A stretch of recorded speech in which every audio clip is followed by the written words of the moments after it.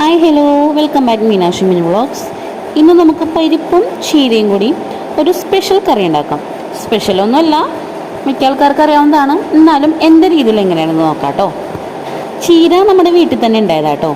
അപ്പോൾ കുറച്ച് പരിപ്പും പച്ചമുളകും ഉപ്പിട്ട് വേവിച്ച് വെച്ചിട്ടുണ്ട്.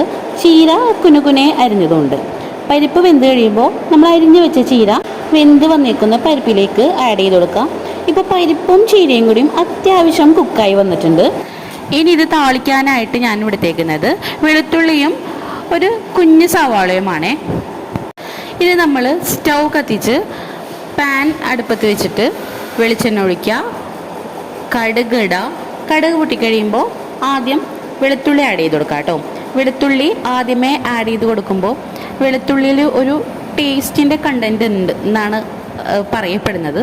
അപ്പോൾ ആ കറിക്ക് നല്ലൊരു ടേസ്റ്റ്. നിങ്ങളൊന്ന് ട്രൈ ചെയ്ത് നോക്ക്. ജസ്റ്റ് വെളുത്തുള്ളി ആദ്യം ജസ്റ്റ് ഒന്ന് മൊരിച്ച് കഴിഞ്ഞിട്ട് ബാക്കിയുള്ള സവാളയും പച്ചമുളകൊക്കെ ഇട്ടാൽ മതി.